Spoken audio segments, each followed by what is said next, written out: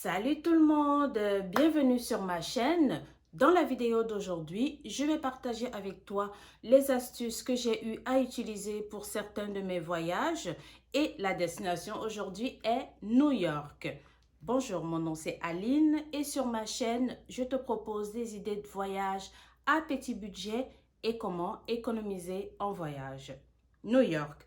On sait très bien que New York est une ville très dispendieuse. Donc, le nerf de la guerre, c'est de savoir où va être ton hôtel. Si on veut payer moins cher, oublions Manhattan. Ça, je vous le dis tout de suite. C'est sûr que c'est plus intéressant, on est plus proche de Times Square, on est plus proche de toute l'action de New York, mais on ne veut pas payer 300, 400, 500 dollars la nuit. Donc, idéalement, s'éloigner un petit peu de Manhattan, dans les quartiers comme Brooklyn ou Long Island, ou vraiment regarder là tout autour. Mais ce qu'il y a de mieux, c'est de ne pas aller à plus de 30 minutes en transport. Pourquoi? Pour ma part, je trouve que si par exemple on est fatigué de la marche et qu'on veut aller se reposer et revenir plus tard, il est préférable de ne pas être trop loin de son hôtel ou de son Airbnb. Pour ma part, j'avais trouvé un très bel hôtel à Long Island, l'hôtel Nirvana, et j'étais exactement 23 minutes de Times Square. Donc, c'est sûr, après avoir magasiné pour votre hôtel, juste regarder sur Google Maps pour regarder la distance qu'il y a entre votre hôtel et le centre de Manhattan, où sont toutes les activités. Deuxièmement, si votre forfait téléphonique ne vous permet pas d'avoir les données Internet à l'extérieur de votre pays, moi j'ai trouvé ceci, c'est une carte SIM américaine, donc qui m'a permis d'avoir les données illimitées, les appels électriques et les messages textes locaux illimités aussi. Donc moi je l'ai trouvé sur Amazon, juste à choisir la durée de votre séjour et vous aurez l'Internet illimité. Donc, ça m'a permis d'avoir mon GPS pour pouvoir me déplacer librement. Donc, le seul bémol avec cette carte SIM, c'est qu'il faut que votre téléphone soit débloqué. Moi, ça tombe bien, ma fille avait un téléphone débloqué. J'ai juste mis la puce dans son téléphone et j'ai partagé les données avec mon téléphone et j'ai pu avoir l'Internet illimité. La troisième chose où vous pourrez faire des économies à New York, c'est le transport. Oubliez Uber, oubliez les taxis, ça va vous coûter une fortune. Vos pieds et le métro seront vos meilleurs amis.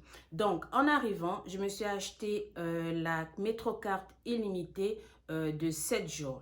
Elle coûte 33 dollars US plus 1 dollar US pour la carte en elle-même et passage illimité, bus, métro. Donc, c'est sûr que si vous faites 3 jours et plus à New York, vaut mieux prendre celle-ci. Vous en aurez largement pour votre argent. Parce qu'un passage aller, c'est 2,75 US. Donc, comptez le nombre de fois que vous allez vous déplacer. Vaut mieux penser à vous acheter celle-ci. Pour info, quand vous serez à New York, faites très attention aux indications Uptown, Downtown. Je me suis fait avoir parce que Uptown, c'est quand vous allez dans le nord de Manhattan. Downtown, c'est le sud de Manhattan. Donc, quand vous entrez dans le métro, lisez bien vos directions parce que c'est pas comme à Montréal que si tu te trompes de côté, tu peux juste monter les marches, aller de l'autre côté et prendre dans le sens inverse. Donc, si vous avez déjà passé votre carte, vous êtes obligé de sortir, aller chercher l'entrée de métro qui indique la direction que vous voulez. Donc, si vous n'avez pas une carte de métro illimitée, c'est sûr que là, vous vous retrouvez à payer encore un nouveau billet. Donc, juste ne pas l'oublier en prenant le métro à New York. Une autre chose qui coûte cher à New York, c'est la nourriture. Encore là, évitons Manhattan, Times Square parce que les prix sont juste fous, ok? Donc, vaut mieux manger proche de votre hôtel ou encore Chinatown. Ça va vous coûter beaucoup moins cher. Pareil pour si vous voulez vous acheter des petits trucs à grignoter. Vaut mieux l'acheter dans des pharmacies, ce qu'ils appellent les CVS, qui sont plus proches de votre hôtel que ceux de Times Square parce que j'ai remarqué que ça coûtait même plus cher à Times Square. Pourtant, c'est la même pharmacie. Hein? Expliquez-moi. Et quand je suis à l'hôtel, j'utilise l'application Yelp. Donc, ça me permet de repérer les restaurants qui sont autour de l'hôtel et les tranches de prix. Donc, juste à regarder sur Internet pour le menu et si les prix me correspondent. Une autre chose qui coûte cher à New York, ce sont les activités. C'est sûr, quand on pense New York, on pense à la Statue de la Liberté, Broadway, les gratte-ciel, mais tout ça coûte beaucoup d'argent. Donc, pendant mes 6 jours que j'ai fait à New York, toutes mes activités m'ont coûté $0 ou quasiment rien du tout. Hein? Déjà, on commence par se promener sur la 5e avenue jusqu'à Times Square. Il y a tellement de choses à voir. Si vous allez pendant la période des fêtes, Rockefeller Center, il y a le gigantesque sapin de Noël. Hein? Ensuite, il y a la cathédrale Saint-Patrick. Encore pendant la période des fêtes, c'est super bien décoré à l'intérieur. Il y a la tour Trump, si vous êtes curieux de voir ce qu'il y a à l'intérieur. Et c'est vraiment Trump, Trump, Trump partout. Hein? Donc, il y a l'hôtel Plaza. Hein? Nous, on a demandez gentiment au portier qui nous a laissé entrer pour visiter. Et l'hôtel a une magnifique bibliothèque. Si vous aimez la mode, ils ont une collection des livres Dior. Si on continue notre promenade, on termine à Times Square. La nuit avec les lumières et tout, l'animation. Il y a aussi des attractions que vous pourrez essayer à Times Square. Mais par contre, quand ils vous donnent un prix, essayez de négocier à la baisse parce que ça fonctionne. Comme autre attraction, il y a évidemment la traversée du pont de Brooklyn. Partez de Manhattan jusqu'à Brooklyn.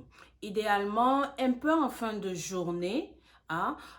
Donc sur le pont, on peut apercevoir la Statue de la Liberté. On peut apercevoir le pont de Manhattan aussi.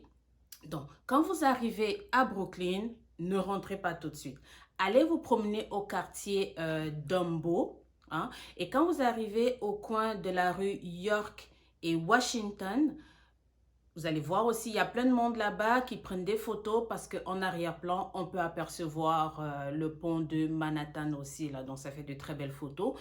Et vous pourrez terminer votre promenade sur le bord de l'eau. Donc, je vous dis, la nuit, c'est encore plus spectaculaire parce que vous verrez le pont de Brooklyn illuminé, le bord de l'eau. Il y a des gens là qui dansent et tout. C'est vraiment, vraiment le fun et de belles photos. Vous pourrez faire aussi un petit tour au magasin Macy's, hein, juste par curiosité, voir de quoi ça a l'air à l'intérieur. Et pendant la période des fêtes, c'est super bien décoré. Et les filles qui aiment les chaussures, pensez à faire un petit tour à la section liquidation, là, ça vaut vraiment la peine. Autre endroit que vous pourrez visiter aussi, c'est Hudson Yard, où se trouve la magnifique sculpture qu'ils appellent The Vessel. Donc, moi, je l'ai fait en journée et la nuit. Donc, c'est vraiment magnifique, là. Spécialement la nuit, là, j'ai adoré. Je ne sais pas si c'était parce que pendant la période des fêtes, c'était plus illuminé. Donc, c'était vraiment beau à voir là. Moi, j'avais l'impression de me retrouver dans une ruche d'abeilles à l'intérieur et c'est totalement gratuit pour vous promener à l'intérieur.